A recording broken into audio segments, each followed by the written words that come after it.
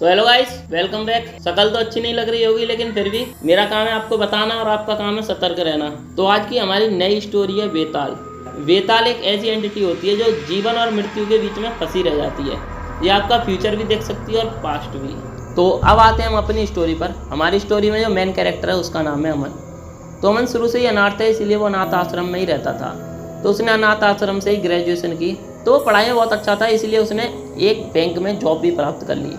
तो उसने अपने हार्ड वर्क के दौरान उसने अपने बैंक में तरक्की की और एक मैनेजर की पोस्ट ग्रहण कर ली। उसकी पोस्ट के साथ साथ उसका इनकम भी बढ़ने लगी।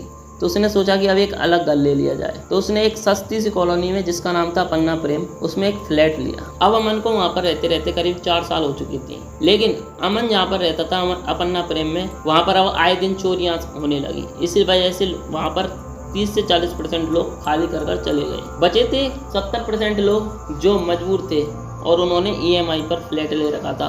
उन्हीं में से एक था अपना अमन। अमन मजबूरी था क्योंकि उस पर इतना पैसा नहीं था कि वो कैश में घर खरीद सके।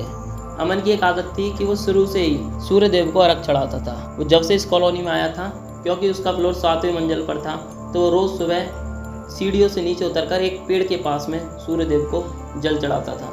ऐसे ही अमन को एक लॉन्ग ट्रांजैक्शन के चक्कर में बैंक में देर रात हो जाती है। रात के करीब 11:30 बज चुके थे और अमन बैंक से अपने घर की ओर गाड़ी लेकर आता है। तो वो देखता है कि गार्ड अपनी जगह पर नहीं है।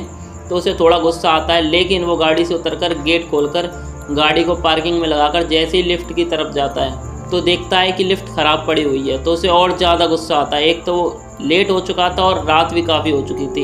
अब मयंक डिसाइड करता है कि वो लिफ्ट की जगह सीढ़ियों से जाएगा। तो वो सीढ़ियों से जैसे ही चढ़ने लगता है तो करीब वो दूसरे फ्लोर तक पहुंचने वाला था, तभी उसे महसूस होता है कि कोई उसके पीछे पीछे चल रहा है। अमन जैसे ही पीछे मुड़कर मोबाइल की टॉर्च से देखता है तो कोई नहीं होता। तो वो और शॉक्ड हो जाता है और दूसरे फ्लोर पर और तेज़ी से चढ़ने लगता है।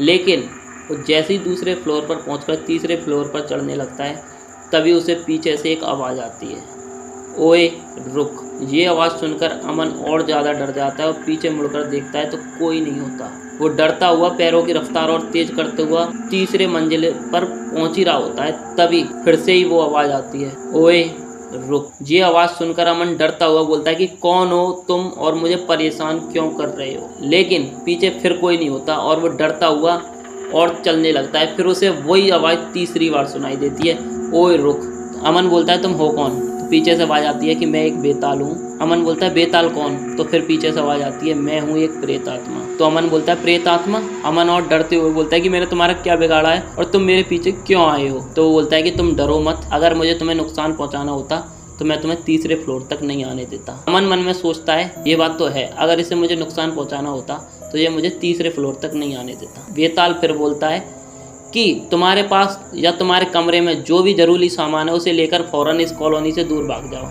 अमन बोलता है क्यों? क्योंकि अभी से कुछ देर बाद इस कॉलोनी में भयंकर आग लगने वाली है, जिसमें बहुत सारी जानें जाने वाली हैं। उनमें से एक जान तुम्हारी भी हो सकती है। और यह बोलते ही अमन जैसे ही साइड में देखता है तो एक रोशनी खिड़की में से दूर जा रही होती है। फिर अमन भगते हुए अपने फ्लोर पर जाता है, जेब में से चाबी निकालता है और लॉक खोलकर अपने कमरे में बैठकर इस चीज़ के बारे में डिस्कस करने लगता है कि आखिर ये हुआ क्या मेरे साथ। फिर वो थोड़ी देर बाद डिसाइड करता है कि ये सारी बातें कॉलोनी वालों को बताएगा, लेकिन उसके पास कोई प्रूफ नहीं था।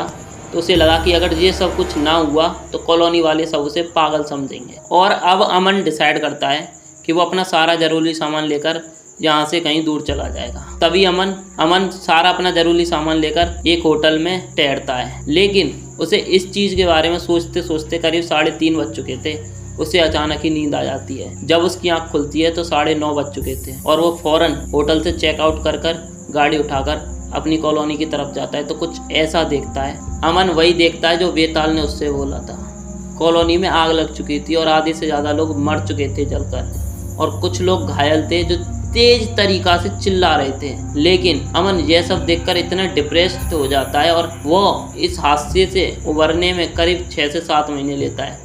लेकिन तभी उसकी ज़िंदगी में एक लड़की आती है और वो उस लड़की से शादी करता है और 1 से 1.5 साल बाद उनके एक प्यारा सा बच्चा होता है। वो अमन ये सारी स्टोरी उस बच्चे को बताते हैं। उसी बच्चे ने ये स्टोरी मुझे भेजी थी, यानी अमन के बेटे ने। अमन आज भी मुंबई में जॉब करता है और वो आज भी बैंक मैनेजर है। तो तुम लोगों के दिमाग में भी एक ख्याल आ रहा होगा कि आखिर वेताल ने अमन की मदद क्यों की। क्योंकि मैंने तुम्हें बताया था कि अमन 4 साल से सूर्यदेव को जल चढ़ा रहा था। अमन जहाँ पर जल चढ़ाता था वहाँ पर एक पीपल का पेड़ था जो काफ़ी सालों से था। उसी पेड़ पर वो वेताल रहता था। तो कभी कभार जब वेताल को प्यास लगती थी उसी समय अमन जल चढ़ाने के लिए आता था और वेताल उस जल को पीकर अपनी प्यास बुझाता था। इसी कारण की वजह से वेताल को लगा कि उसने भी काफ़ी बार उसकी प्यास बुझाई है, तो उसका भी फर्ज बनता है कि वो आज उसकी जान बचाए।